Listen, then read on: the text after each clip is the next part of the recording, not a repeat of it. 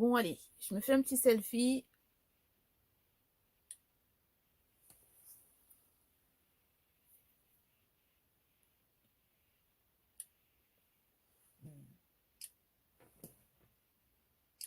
Ah, ça y est, tu es là? Décidément, tu prends l'habitude maintenant d'arriver sans me prévenir, hein, sans me dire que tu es là. Oh, alors, je mets sous silencieux. Bienvenue à toi sur ma chaîne des carnets en cristal. Aujourd'hui, je vais te parler des inconvénients qu'il y a à tenir son journal sur un support en papier.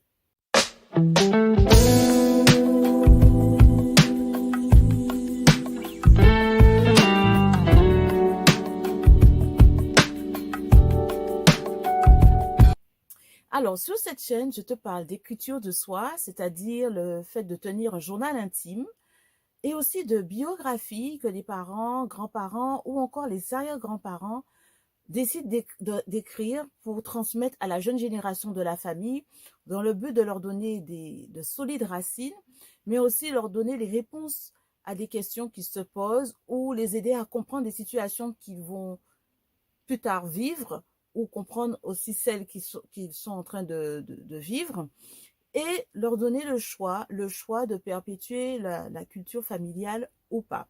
Alors, si ce sont des sujets qui t'intéressent, commence par t'abonner et clique sur la cloche de notification. Ça y est, c'est fait? Bon, let's go pour le sujet du jour, à savoir les inconvénients à écrire son journal intime sur un support en papier. Le premier inconvénient que je vais te donner, c'est l'accumulation des carnets au fil des années. Et cet inconvénient-là, euh, ajoute d'autres inconvénients. C'est-à-dire que plus tu cumules des carnets, moins le contenu de ton journal, de tes carnets est sécurisé. Parce qu'il faut trouver un endroit où les ranger à l'abri des regards indiscrets. Voilà. Si tu n'as pas d'endroit pour mettre sous clé ou sous code. Et en plus de ça, avec toute l'accumulation des carnets que tu auras au fil du temps, ben, tu ne pourras pas te déplacer avec tous tes carnets. Par exemple, en voyage d'affaires, en vacances, ou encore si tu sais que tu as un rendez-vous et que tu vas devoir patienter un certain temps avant de rencontrer la personne avec qui tu as rendez-vous et que tu as envie de relire ton journal, là où les autres regardent des magazines, ils écoutent, ils ont des casques dans leurs oreilles. Toi, tu as peut-être envie de relire ton journal, de relire un récit en particulier. Ben, il ne sera pas possible de transporter tous tes carnets avec toi. Ok. Et ça, c'est aussi un inconvénient parce que, pareil, si tu n'as pas un endroit où les mettre à l'abri des regards indiscrets, si c'est pas sous clé, c'est pas sous code, mais durant ton absence, ben, n'importe qui peut tomber dessus alors, si tu ne vis pas seul, entre autres, et même quand tu es en déplacement, par exemple, si tu emmènes ton journal à l'école, il y a des camarades de classe qui peuvent tomber dessus à des moments les plus improbables. Surtout en plus, si tu fais savoir que tu tiens un journal, si tu fais savoir que ton journal il est dans ton sac et que tu l'amènes à l'école, voilà, tu peux être sûr qu'il y a toujours dans une salle de classe, dans une classe, il y a toujours des... je ne sais pas comment les qualifier, mais ceux qui aiment embêter les autres, quoi. Et pour peu que tu présentes une faille ou une opportunité, ils vont la saisir et vraiment, c'est vraiment pas drôle. Eux, ils prennent leur pied, mais c'est vraiment pas drôle parce que, comme j'ai eu l'occasion de le dire, le journal intime, c'est un lieu de sécurité quasi absolue. Et donc, tu voudrais certainement pas que quelqu'un le lise sans ton autorisation, quoi. Voilà.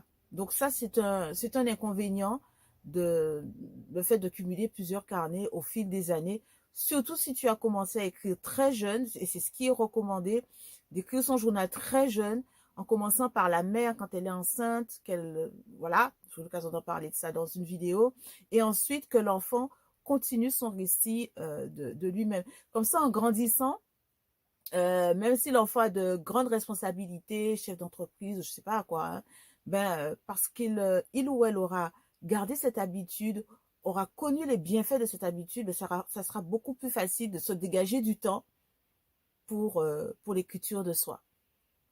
Alors, le deuxième inconvénient que je vais te parler, c'est en fait l'encre que tu vas utiliser pour écrire et ou pour dessiner. Parce que la plupart des encres qui sont sur le marché sont des encres effaçables.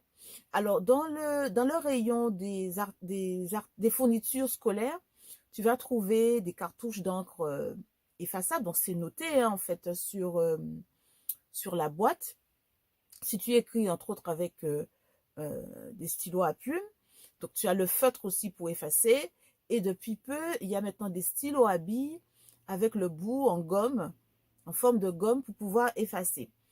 Mais mis à part ces fournitures-là, la grande majorité des encres vendues sur le marché sont des encres effaçables. Puis, de toutes les façons, déjà avec les encres effaçables, donc avec le temps, le pigment devient plus clair, d'accord, avec les années.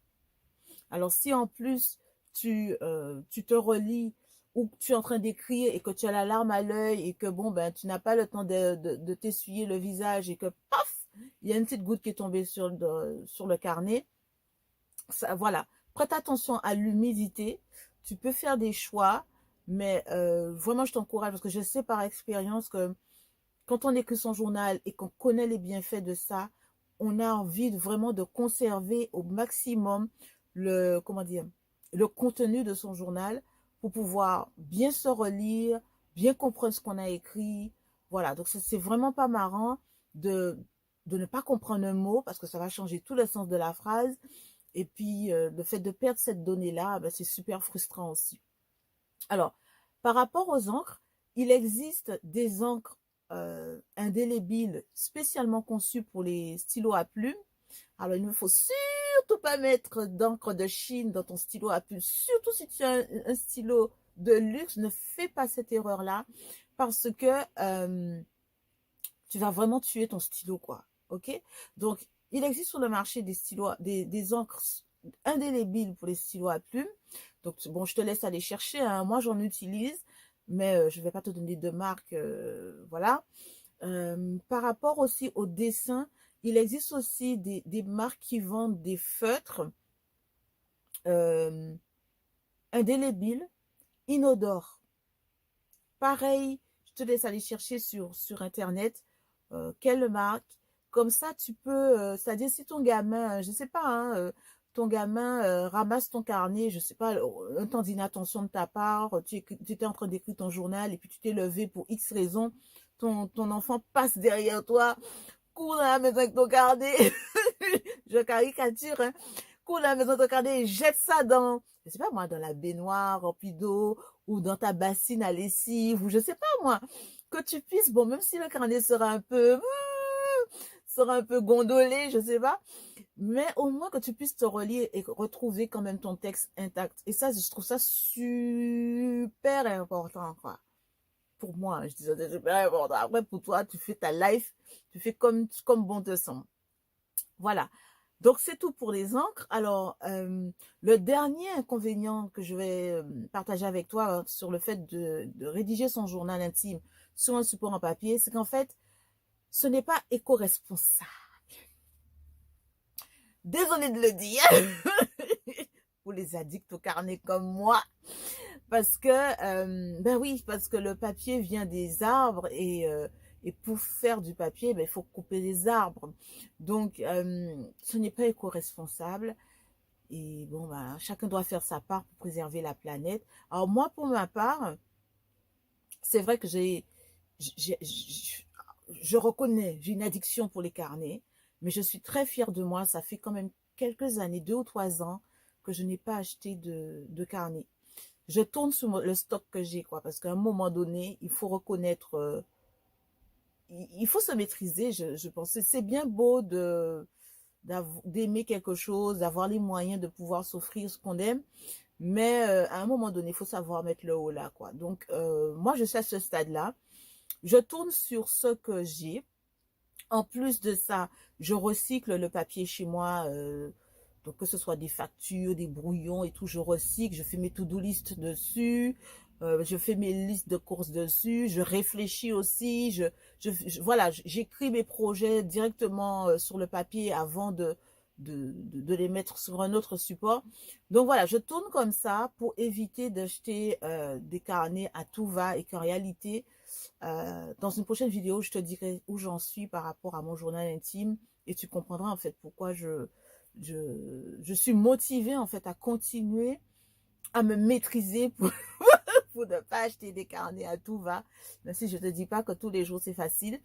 Mais bon, voilà. J'évite tout simplement d'aller sur les sites qui en vendent. J'évite de taper le nom des marques de carnets que j'aime.